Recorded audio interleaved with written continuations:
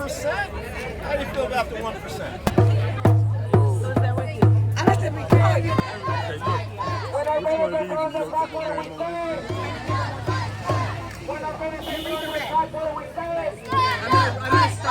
When our rights are under attack, what do we say? We say contract. I say when, now. What do we want? What do we want it? What do we want? What do we want it? What do we want? What do we want it? What do we want? What do we want it? If they say take back, we say fight back. If they say take back, if USC says take back, We say fight back! if they say take back, We say fight back! if they say take back, We say fight back! if they say take back, We say fight back! when benefits are under attack, what do we say? Stand up, fight back! When benefits are under attack, what do we say? When benefits are under attack, what do we say? USC, your co-worker, bargaining committee member, Rudy Castañeda. All right, good afternoon, everyone. Can everybody hear me? Good afternoon, Rudy! All right, so my name's Rudy again. I'm part of the floor pool team. I'm monitor of tech here at Keck. First off, I want to thank God for the opportunity he gave me to be here in front of you guys. And thank you guys for being here. We want to thank the community. We want to thank the speakers that are here. We want to thank our reps that put this together. And most importantly, we want to thank our bargaining committee that has been working with this proposal, with this new contract for the past 3 months. So thank you guys. Thank you guys. So a little bit about me. I chose to work here at USC because the experience I had here. My dad was a patient here before he passed, and the nurses, PCTs, RTs, and just his care team overall, the way that they took care of him, just opened up my eyes and made me appreciate the field even more. So that's what showed me their human side while they were caring for him, and that's why I'm here today to work for and try to provide a better contract for everybody as the bargaining committee is doing, you know, putting in work, putting in those hours. So thank you guys for being here. And we want to make this a better workplace for everybody. So today we're rallying against USC and its proposed censorship and takeaways. We're united as workers. Right. So on Wednesday, USC proposed massive takeaways and didn't even have the decency to give us a response on the wage scale we provided for them 2 months ago. We work hard for USC, and we're on the front lines caring for our community daily. It's insulting that USC would take away our rights and limit our opportunities. There's no good reason why USC can't treat us better. And as a member of Flow Pool, I get to work across departments. So we see the impacts that short staffing has, like PCTs and nurses. When we're short of PCT, it impacts our nurses, it impacts our monitor techs, and most importantly, it affects the patient safety. So our patients have to wait longer while we're stretched thin, and it's unsafe to put our patients and ourselves in this position. So we're here to say no more. No more! When our rights are under attack, what do we say? Stand up, fight back! When our benefits are under attack, what do we say? Stand up, fight back! If USC turns no race, what do we say? Stand up, fight back! All right, so we have our first speaker with us, Reverend and Dr. Edgar Rivera Colon, who's a professor here at the Health Science Campus with the medical students and a member of CLU. That's Clergy Lady United for Economic Justice. Yeah. Thank you very much. Thank you very much. I come to you as a Reverend Doctor, but also as a worker here. I'm a clinical assistant professor of medical education. I'm a medical anthropologist by training, but I'm also a minister of the gospel, I hope. I send you greetings from my bishop, Bishop Yvette Flunder, and greetings from Bishop William Barber of the Poor People's Campaign, from the Fellowship of Affirming Ministries, an open and inclusive church. And I want to say one thing with you, or for you. The people are behind you. The labor movement is in motion. Faith understand your needs. They understand that this is a just struggle and that USC needs to do better. What are the three demands? Better wages, right? Better staffing, yes? Right? And the other one is making a livable wage so you don't have to do a 2-hour commute every day. Why can't you live 20 minutes from where you work, right? I'm also the son of workers. My father was a member of the International Brotherhood of Electrical Workers. My mother was a member of the International Labor Garment Workers Union. As you can tell, I'm from New York, right? But what I'm telling you today is that you are in the forefront of the struggle for social justice in this country. And that, quite frankly, the choice of faith is always with the oppressed, always with those who are fighting and struggle. Tenemos una historia de lucha bonita y vamos a seguir eso con fe, con Dios, con nuestra comunidad. We have a beautiful, beautiful history of struggle in this country, and we're going to do that with our faith, with our community, and with each other. So I say to you, God is on your side. Do not be afraid. Hope is on your side, and history is in motion, and the workers are now waking up. And you better watch out, rich people, because they have demands, and you better meet them. God bless you all. The workers united will never be defeated. The workers united will never be defeated. The workers united will never be defeated. The workers united will never be defeated. All right, thank you, Reverend. So next up we have Terrence from EVS here at Keck. Here we go, Terrence. The marketing committee member. Good afternoon, everybody. Yeah, I want to start by saying management is proposing some very insulting takeaways. What is a takeaway? Takeaways are things we've already won as a union in the past. Why would we let them push us backwards? They want to allow subcontracting of any and all jobs. Do you know what subcontracting means?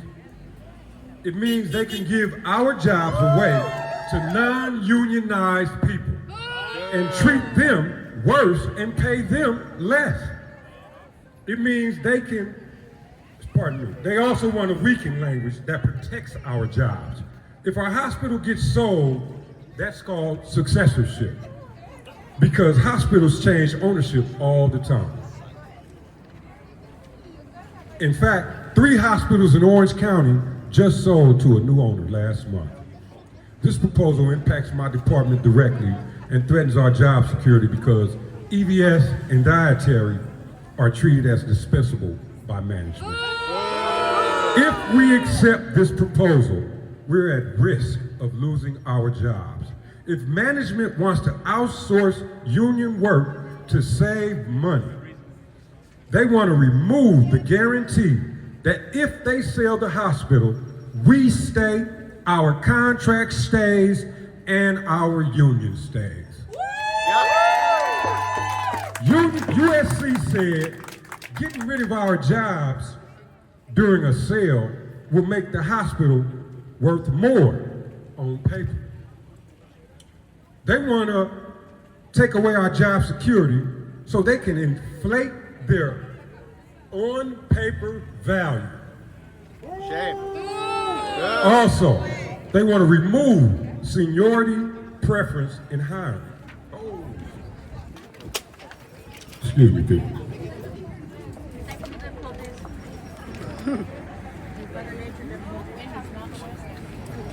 Okay.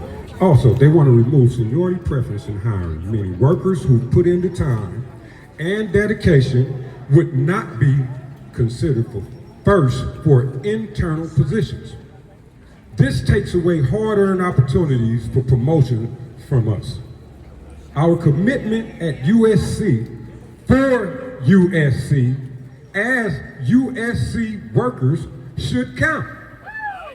It can result in things that people here may already be familiar with, like nepotism, favoritism, and disparate treatment, where managers could give hiring preference to bringing in their friends or even their family. We all work hard, and we all deserve equal opportunities. Here's an example. Right now, we get a set amount of absences, a set amount of tardies per year before we're getting disciplined. Under this new policy, management can go back years to discipline us for those things. Management wants an open-ended opportunity to discipline us. 2 years, 3 years, or as far back as they care to go. Excuse me. In closing, are we going to let management do that to us? Do we deserve better? Fight on, people. Fight on. If they say take back, we say. If they say take back, We say fight if back. they say take back, We say fight if back. they say take back, We say fight if back. they say take back. We say fight back. Thank you, Terrence.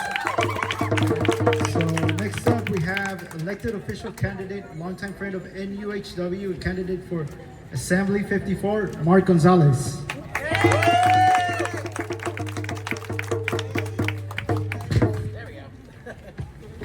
Good afternoon, sisters and brothers and siblings. There we go. We gotta let them hear it because you know their spies are out here watching you, right? You know they're out here taking pictures and videos and trying to see who's out here because they want to get you. We're not gonna let them do that, right? We're not gonna let them come in here and scare us because that's what they're trying to do. Each and every single one of you are living paycheck to paycheck every single day. Each and every single one of you are struggling to put food on the table. Each and every single one of you are trying to pay down your debt, your college debt. And they are here trying to cut your job and take your rights away. And we know that that's what they do. That's what corporations do. And USC should be ashamed of themselves. They should be ashamed for the money that they charge students to go to their school. They should be ashamed for what they are doing there today. And we know there are so many more protests as a result of it, but the cost and expenses that it takes to go there and the promises that they're making to you. But I grew up in a way that said, don't pretend to be who you don't intend to be. And that's what they're doing here today. They're trying to move the goalposts each and every single day so that you don't get fair health care, so that you don't get fair wages. These are very basic things that you ask for just to be able to be happy and to come to work.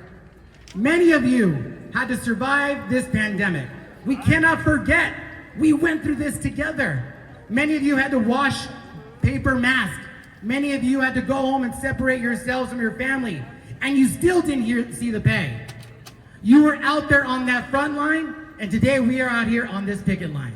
Because we're not gonna let them forget the work that we have done, that you have done, and the sacrifices that you have made, and it's time to pay their fair share, right? I come from the school that you have limitless possibilities, that you can and you will if you believe that you can. And that's what we are here today. Now the bargaining team has to go in there and they have to negotiate that and work out these deals. But if you look around you and all the workers that are here, this place could not function without you. It could not function without good union labor work. It could not function with each and every single one of you going in there and helping the families, many of whom in this particular area are Latino. Prior to redistricting, this was the second poorest district in the state of California. Second, you guys come here, you risk your lives, you give people hope. And Latino culture and AAPI cultures and so many cultures, and in my, in others, we use Yerba Buena on every other tea and whatever you can to heal yourself. Because you don't want to go to the hospital, put yourself in debt. But you come here and you see each other. I saw my friend Lucy, who's here today, that I've known for many years. Lucy gives us hope. You give people faith and you give them a second chance. So in the labor movement, there's another word that we call when we fight, we win. So together, when we fight, when we fight, when we fight, let's bring it home, sisters and brothers. We can do this. Thank you. Well, thank you, Mark.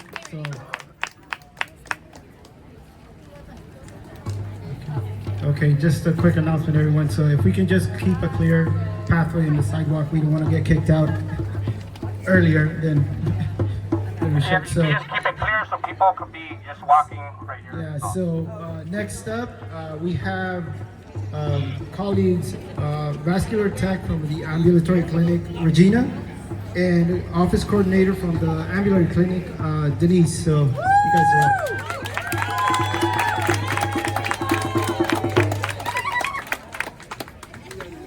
Hello, everybody.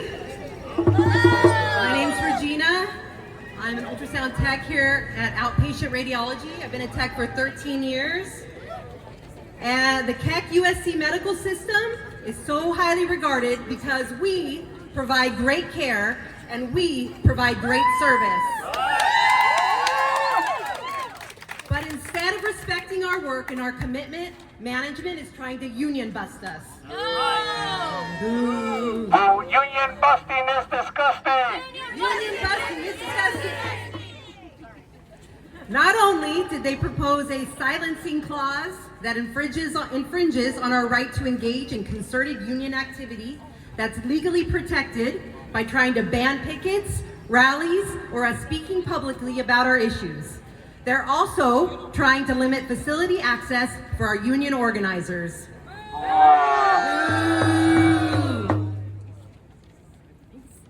Hi, I'm Denise. I've been here for 19 years. And I just have to say, since the union came, it's been much better. So management proposed eliminating our right to hold a picket or a rally, even when we were trying to let the public know about patient care issues inside our hospitals, and management doesn't want us exercising our right for our speech.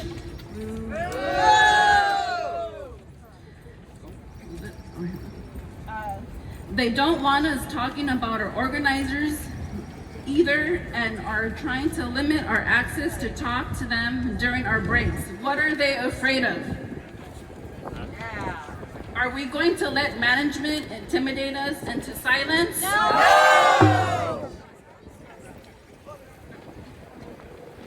Are we going to let our union values be broken? No! Are we going to stop speaking out about our high workloads and low pay and short staffing? No! No. No. Why? Because our patients need us, our community needs us, and Keck USC can't function without us. And that's why we are here today, to fight for our future and to fight for what's right. USC won't silence me. Don't let them silence you either. Hey, USC, union busting is disgusting. Hey, USC, union busting is disgusting. Hey, USC, union busting is disgusting. Hey, USC, union busting is disgusting. Rights attorney and affordable housing activist and candidate for LA City Council District 14, Isabel Jurado. Thank you so much. Good afternoon, everybody. Good afternoon, everybody.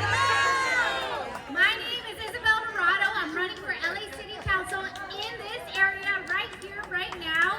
And, you know, this is personal for me. I'm a daughter of undocumented Filipino immigrants because my dad wasn't in a union, right? His wages were stolen. When he celebrated my mom's pregnancy, he got fired on the spot.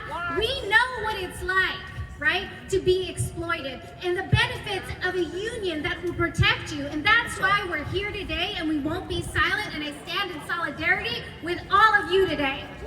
At Keck USC, 2,000 of y'all are dedicated workers, and you are, as they mentioned, the backbone of our healthcare industry. During the pandemic, in and out, y'all are still here, and I commend you because you're dealing with unfair treatment, substandard wages, and a management that prioritizes profit over people.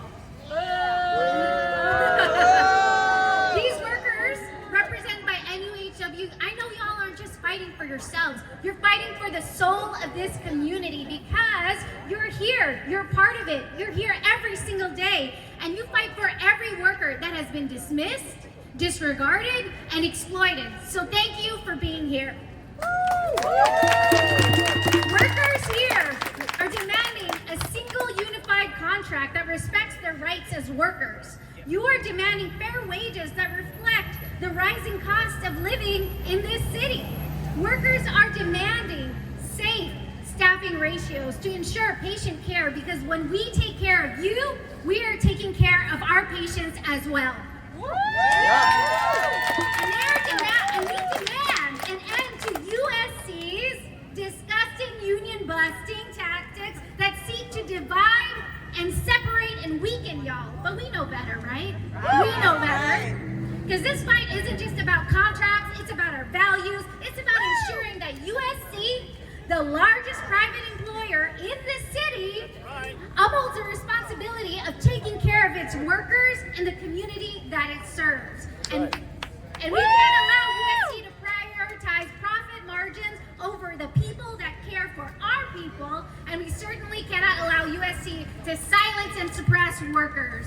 And it's time for USC to listen to all of you and your voices. Cuando luchamos, ganamos. Cuando luchamos, ganamos. One more time. Cuando luchamos, ganamos. Solidarity forever. Thank you.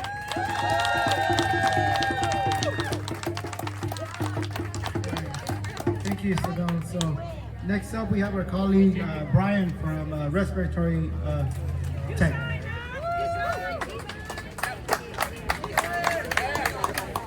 All right, thank you. Thank you everybody for being here today. It's very important. So on Wednesday, we had our 20th bargaining session. I'm part of the bargaining committee, sorry. Wednesday, we had our 20th bargaining session. USC finally gave us our the economic proposal, which included massive takeaways, people. Thank you, yes. But it didn't even include a wage scale. That's why we're here today.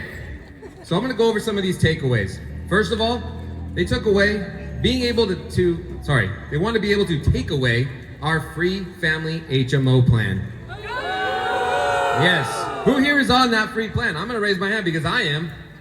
I got a family of 5 on that free plan. Without that, I will be paying probably thousands of dollars a month. They want to be able to get rid of our existing healthcare opt-out reimbursement option. I know several people from my department are in that. According to them, nobody does it. They want to, we try to take away the Big E lot in lot 71 for our grandfathered Norris employees. Exactly. Plus, they want to make sure that if we do call off on a weekend shift, we have to make it up the following weekend. So if you get sick, you're forced to come in again the next weekend. Also, on Sunday nights, weekends, no longer. Exactly. We have a lot of people in our department who work Sunday, Monday, Tuesday. They get their weekend out of the way. That will no longer count. For our peri-op employees, this is a big one. They want to get rid of the 7 minutes for donning and doffing of the uniforms. Yep. The reason why this was put into the contract was because it was taking so long to change into their uniforms. People were getting written up for being tardy. This is a huge takeaway. And as I mentioned before, management's wage proposal that they gave us didn't even include a wage scale. So because of that, we don't even know what raises they're proposing. But they did propose that anyone that is above the current wage scale gets no raise. Yeah, that's right. What kind of inflation have we had over the last few years? Yeah, sorry, doesn't matter. You don't get a raise. Also, I'm sure those of you who've been through many contracts will remember the ratification bonus that we get after signing the contract. That's gone. No more. These things are absolutely insulting. Insulting. But it gets better, everybody. Just so you know, USC's health system last year made over $531 million in net cash from their operations. You guys made that. Yes, and again, continues to get better. They paid their executives nearly $60 million. They also want our contract to be only 2 years long. Normally it's 3 years. So what that would mean is in a year and a half, we're gonna be doing this all again. No security, no nothing. Well, all these negotiations on Wednesday were mainly for our Keck and Norris employees. Just so you know, for those of you here from the clinics and call centers, you can expect that these are all going to be same takeaways for you as well. As I said, this is absolutely insulting. What I want to know is, are we going to let management disrespect us like this? No! Are we going to rise up and fight back? Yeah! Someone mentioned a little while ago about us healthcare heroes, right? A few years ago, that was us. 4 years later, we're healthcare zeros, everybody. Fight back. Let's do it.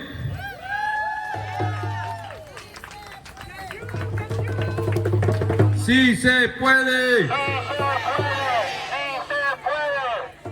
If they say take back, what do we say? Fight back. If they say take back, what do we say? Fight back. If they say take back, what do we say? We say fight back. All right. Thank you, Brian. So next up, we have our NUHW labor partner, Mei Lee McCann, with UAW 2865. Yeah.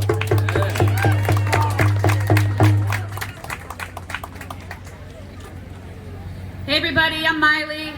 I'm a researcher at USC at the UPC campus across town, and I'm on the executive board of UAW 872, which is the union that represents 3,000 academic workers, including teaching assistants, research assistants, assistant lecturers, and fellows at USC. I'm here today because we at UAW 872 are no strangers to USC's exploitation, their lies, and their silencing. So much of what I've just heard is so reminiscent of the contract life that we've just had and how much our employer undervalues our labor or claims to.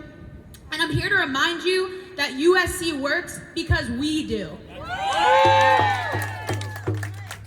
USC is one of the largest private employers in the city of Los Angeles, and for much of history, they have had unilateral control over so many people's working conditions. Yours, mine, the shuttle drivers across town who are bargaining right now, and every worker that they've hired and exploited since they were founded. Founded on the land that they stole from the families who lived on what is now our work site. Like I said, we've experienced firsthand the exploitation of academic workers. A majority of our workers are rent burdened, with over half spending more than 50% of their income on rent. A majority reporting financial stress and difficulty buying basic necessities. And before we got organized, workers had no real protections for the long hours, lack of safety in our laboratories and in our field work, and the discrimination and harassment workers face by their PIs and supervisors every day. And due to the intense gentrification caused by USC, workers are unable to live in the place where they work and must commute hours to work every single day. Shame. USC has an $8 billion endowment, yet when they sat down at the bargaining table, suddenly USC doesn't have the money. You can tell them at the bargaining table the long hours that you're forced to work, how short-staffed you are, how much you care and worry about the safety of your patients, and want to show up not only for yourselves, but for the people that you care for. But here's something we learned early on in bargaining our last contract. You cannot appeal to USC's morals because they don't have any. I'll tell you what moved USC at the bargaining table. Worker power. I'm so encouraged by what I see here today. Workers flexing the power that you have built and continue to build every single day. USC wants to make you think that they don't understand the value of your labor, because then they can keep exploiting you. But I'll tell you why I know that they do. At 872, we waged a militant escalation campaign that looks much like what you're doing right now. After months of rallies, pickets, actions, this culminated in a really credible strike threat. And do you want to know how I know that USC knows that they can't operate without us? Because they made their key concessions and we reached a deal the night before we said we'd walk off the job.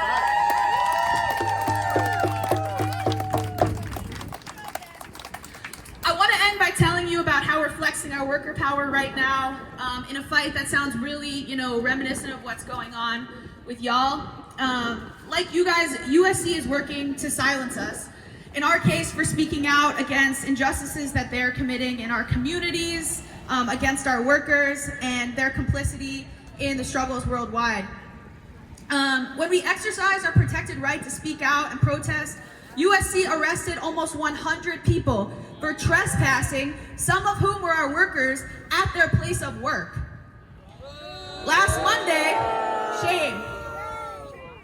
Last Monday, UAW 872, our union, has filed an unfair labor practice against the university for calling for police repression of their workers and students engaging in their protected right to free speech and unilaterally changing our conditions of employment by saying we were trespassing at our own place of work. Shame. I want to remind you one last thing. Never forget that USC works because we do. You know it, I know it, and guess what? They know it too. Who's got the power? What kind of power? Who's got the power? What kind of power? Let's go, y'all. Let's get a sick contract. United will never be defeated. The workers united will never be defeated. The workers united. Director with the community-based organization Eastside Leads. Thank you. I love the energy, but let them hear you inside. I'm the workers united.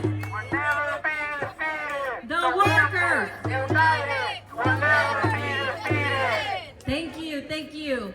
It is really awesome to be here with you, and I heard a few of your speakers. It is very clear the message that I heard is that USC has not been accountable to its workers, and by default, its community where it stands. That's right.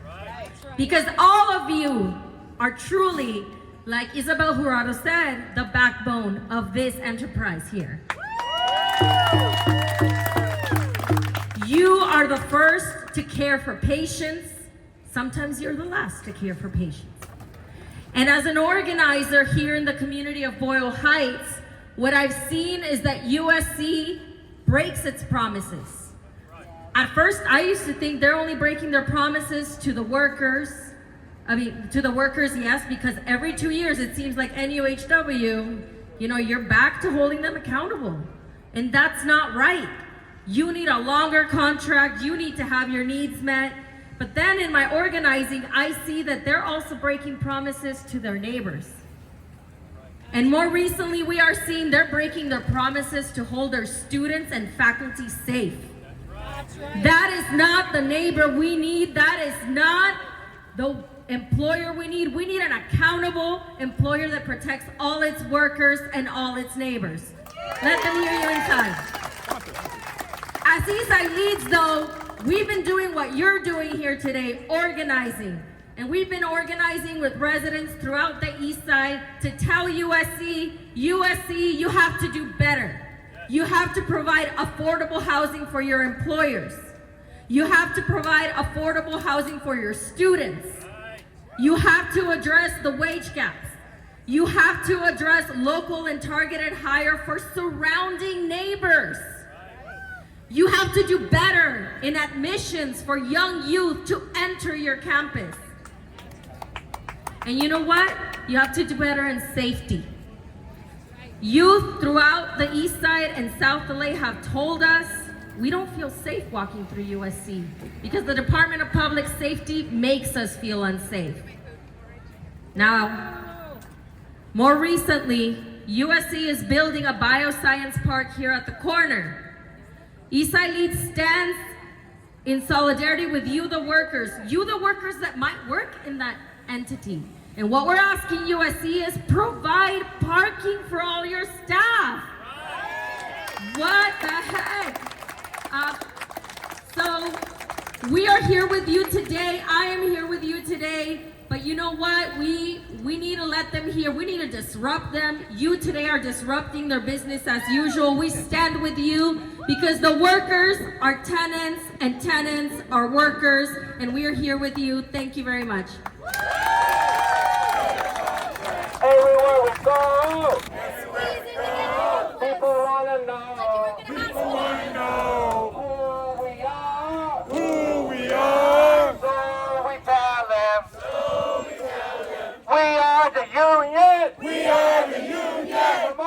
mighty union. Mighty union. Fighting for justice. Fighting for justice. And a fair contract.